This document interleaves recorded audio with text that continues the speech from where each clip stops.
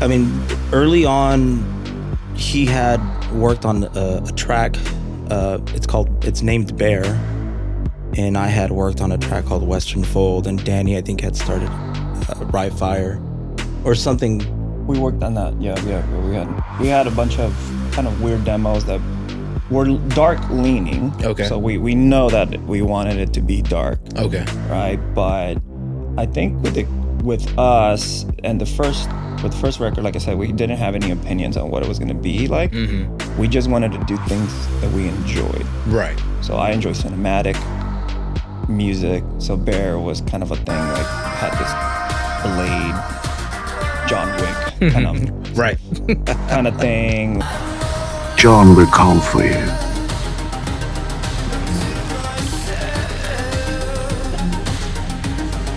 You will do nothing because you can do nothing. A fight scene of The Matrix or something like that, right? So I really enjoyed that, and I'm like, I'm gonna put some vocals on this and see how it sounds.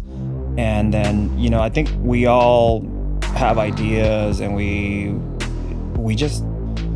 never go into it needs to sound like this.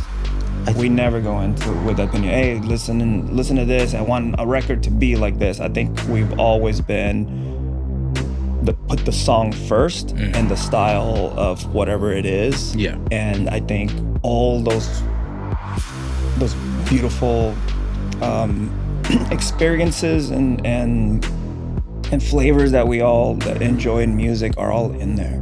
Okay. And we just never say no. We're not. That's great.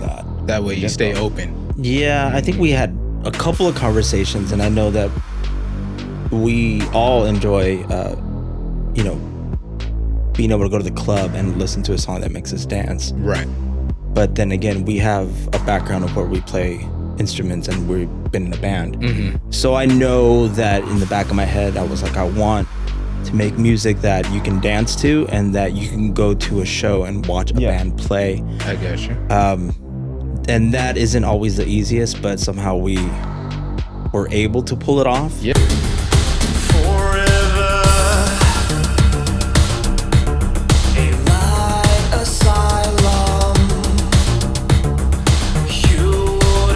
And you know, earlier you had mentioned that you heard some of the songs, and some of them are kind of club oriented, and some of them are actually songs. So, you know, I know that we wanted to do at least that much. You know, there's always waves of music that come and go. You know, at some point, you know, metal had its thing, or at some point, you know, hip hop kind of has a resurgence in the underground, and there's all these things kind of happening in music. And I know that I knew in the back of my head, because when you're part of the underground, like, you smell things, you're like, oh, this is coming in, this is coming back. And you know how he mentioned earlier, it's like Darkwave for me it's always been a passion since I was a teenager. And I kind of smelled it, and I was like, this thing's kind of coming back. And even though people classify us as Darkwave, we don't really have that. We don't really fit, even then, now we don't really fit into that box of the new Darkwave sound. We have so many genres kind of like melting together. But I knew that I was like, you know, it's almost like opening a new restaurant. You used to have a gastropub, and now you want to do Asian fusion. Yeah. And you're a chef. You're like, well, I did the gastropub, and now I'm gonna do the Asian fusion food because that's my passion. I got you. And I went to school and grew up on I'm Asian and I grew up on Asian food, you know? So with us, it was kind of like, I know that if one day we sit down, we say we're gonna write a experimental indie album only using, you know, these old instruments, and we're bringing back a drum kit and we're doing this sound, that we can do it, because that's who we are. We're artists, we're musicians, and we have a passion for so many styles of music. This just so happens to be what we're doing at the moment. And it's transcending because it's real.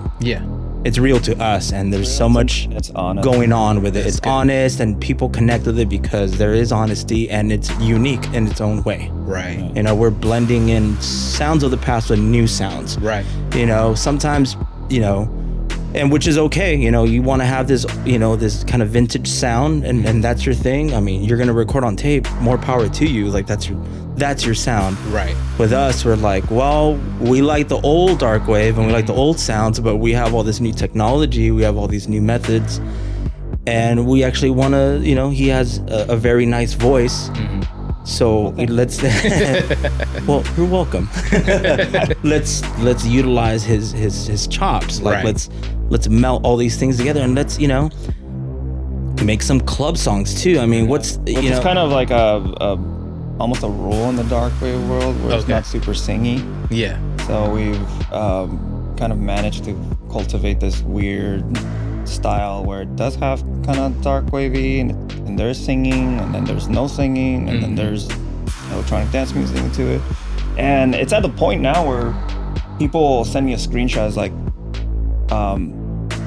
sounds like Matte Black type of thing. And I think that's been very interesting that Gotcha. someone can now say, Sounds like. this sounds like a Matte Black thing. That's awesome. And I think for me that's probably the biggest achievement. Yeah. Is that now someone can hears something on the radio, or even in music industry, like there's sample packs and there's things like, oh, this sounds like a very Matte Black thing. Yeah. That's Yeah. cool. That's I'm what like, you that's love. freaking I keep getting screenshots of boots and cars and clothing that I mean, are Matte even Black. yeah. Like even Your up to feet the and his feet are point, different. even like what the band members look like, that there's a Matte Black vibe to it. Right. I had a friend that went to like a drum and bass show. He's like, man, you need to check out these guys, man. Kind of reminds me of Matte Black. And Yeah. I've heard it. I'm like, wow, this is kind of like a very Matte Black thing. I'm like, wow, it's like we kind of we have a sound now. Yeah. and that's why it's cool. so hard to put you guys in a specific bubble, because you have your own unique sound.